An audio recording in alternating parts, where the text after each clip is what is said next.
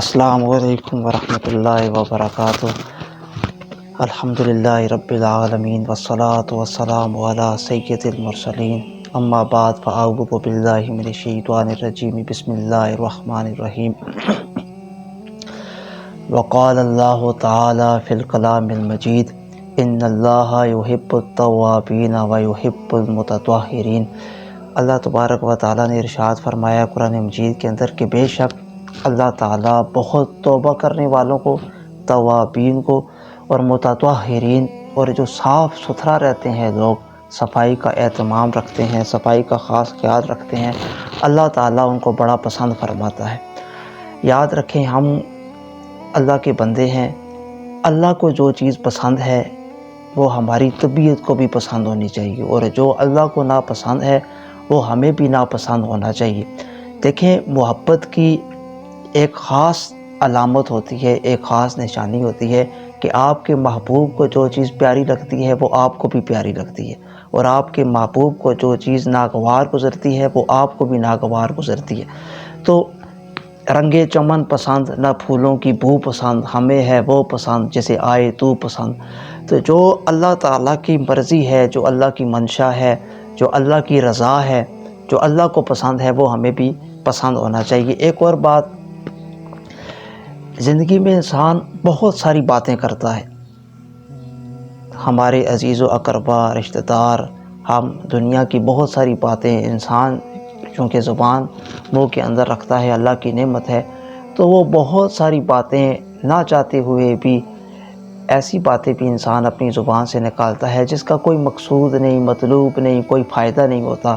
لگاتار انسان کی ساری زندگی زبان چلتی رہتی ہے۔ لیکن آپ ایک بات پر اگر غور کریں تو انسان کا اگر کوئی عزیز و اقربا، کوئی بھائی، والد، والدہ وفات پا جائے، تو اگر کسی کے والد کا انتقال ہو گیا ہے تو والد نے اب ساری زندگی جو باتیں کی ہیں نا اس کی اہمیت بھی ہوگی، لیکن جو والد دنیا سے گئے ہیں اور دنیا سے جاتے وقت ایک دو دن پہلے، کچھ لمحات پہلے، جب ان کی روح کب سے انصری سے پرواز کر رہی تھی، اس سے پہلے کے جو حالات تھے، دو چار دن پہلے کے، اس وقت جو والد نے باتیں کی ہیں ان کی اہمیت، ان کی افادیت اور ان کی جو ایک قدر و منزلت ہوتی ہے وہ باقی ساری عمر کی باتوں سے زیادہ ہوتی ہے۔ انسان ساری زندگی کہتا رہتا ہے پھر کہ میرے والد صاحب جب بیمار تھے نا تو انہوں نے مجھے یہ وصیت کی تھی، میری والدہ جب بیمار تھیں انہوں نے مجھ سے یہ بات کی تھی آخر وقت میں، میرا بھائی جب دنیا سے گیا تھا تو آخر وقت میں اس نے یہ کہا تھا۔ وہ 2 4 5 دن کی جو آخری وقت کی باتیں ہیں وہ انسان کبھی بھی نہیں بھولتا، ہمیشہ انسان کو یاد رہتی ہیں۔ اس کی ان باتوں کی قدر و منزلت باقی ساری زندگی کی باتوں کی قدر و منزلت سے زیادہ ہوتی ہے۔ میاں صاحب نے اسی لیے کہا ہے کہ لے پھر یار حوالے رب دے تے مل لے جان دی واری، اس ملنے نو سیکدا رہسیں بہ کے عمرہ ساری۔ ساری عمر پھر انسان اس ملنے کو سیکتا رہتا ہے، یعنی اس کا سیک، جس طرح آگ کا انسان سیک لباتا ہے تو اس طرح انسان وہ بھی ساری زندگی انسان کی جو پیچھے رہ جاتے ہیں پسماندگان، وہ 50 60 سال کی عمر مبارک تک یاد کرتے رہتے ہیں میرے والد نے جاتے وقت یہ بات کہی تھی، والدہ نے یہ کہا تھا، میری پھوپھی نے یہ کہا تھا، میرے بھائی نے یہ بات کی تھی، میری ہمشیرہ جوان فوت ہوئی انہوں نے یہ بات کی تھی۔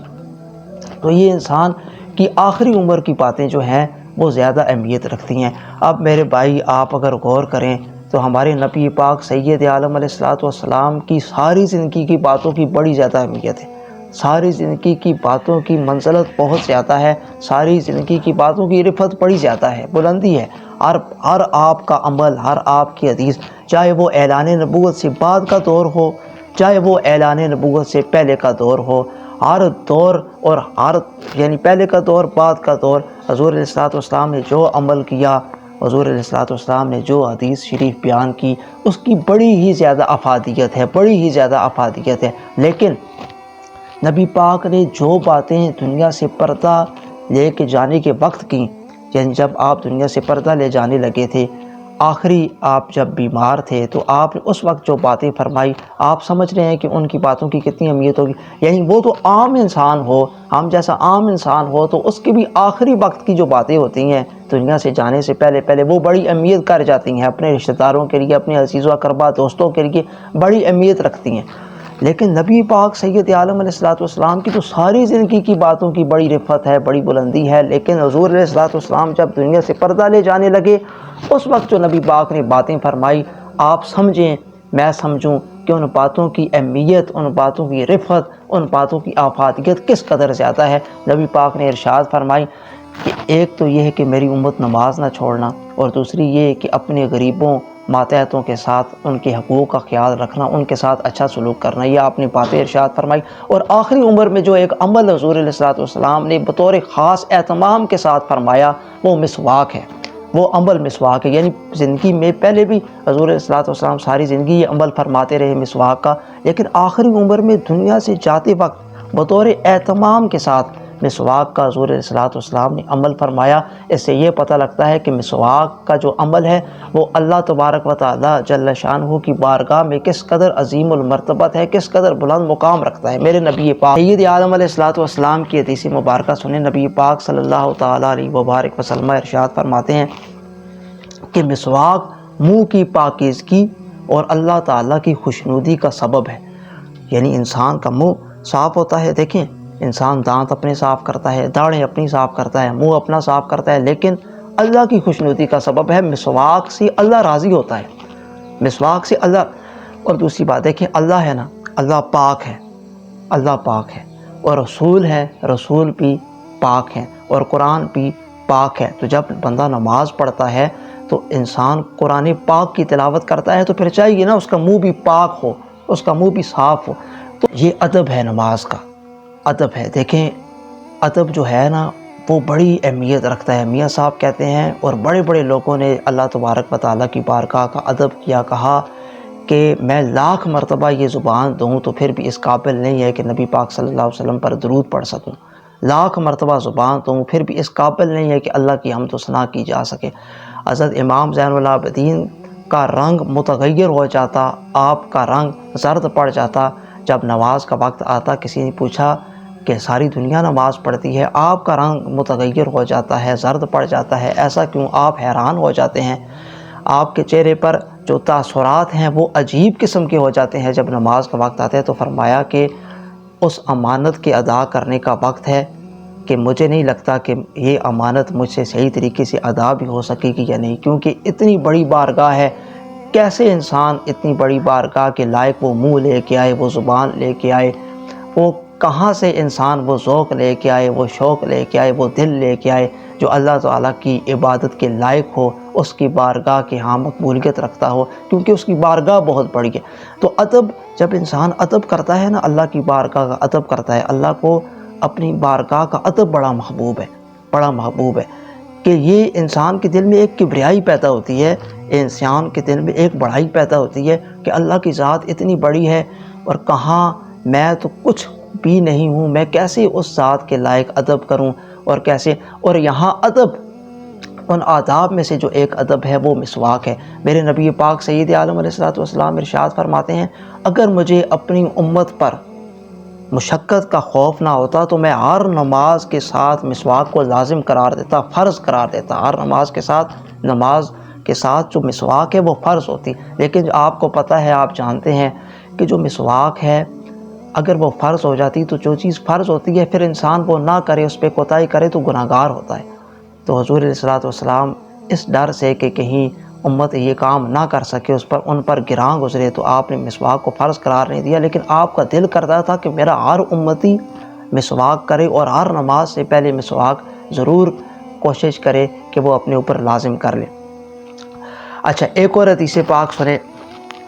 سرکار علیہ السلام جس وقت سوتے تو اس وقت بھی آپ کے پاس مسواک ہوتی، جب آپ بیدار ہوتے تو بیدار ہو کے سب سے پہلا کام حضور علیہ السلام مسواک کرتے۔ اور صحابہ حضرت عبداللہ ابن عمر رضی اللہ تعالیٰ عنہ سے بھی روایات ہیں مسواک کے بارے میں، اور حضرت عبداللہ ابن عباس رضی اللہ تعالیٰ عنہ کے بھی اس حدیث پاک کے راوی ہیں کہ وہ فرماتے ہیں کہ حضور علیہ السلام ہمیں اس قدر مسواک کی تاکید فرماتے کہ ہمیں یہ محسوس ہونے لگا کہ قرآن مجید میں بطور خاص کوئی مسواک کے بارے میں حکم نہ آ جائے۔ جس طرح پڑوسیوں کے بارے میں حضور علیہ السلام تاکید کرتے نا بہت زیادہ تاکید فرماتے. اسی طرح مسواک کے بارے میں بھی کثرت سے تاکید فرماتے. دور سے ایک شخص حضور علیہ السلام کی بارگاہ اقدس میں آئے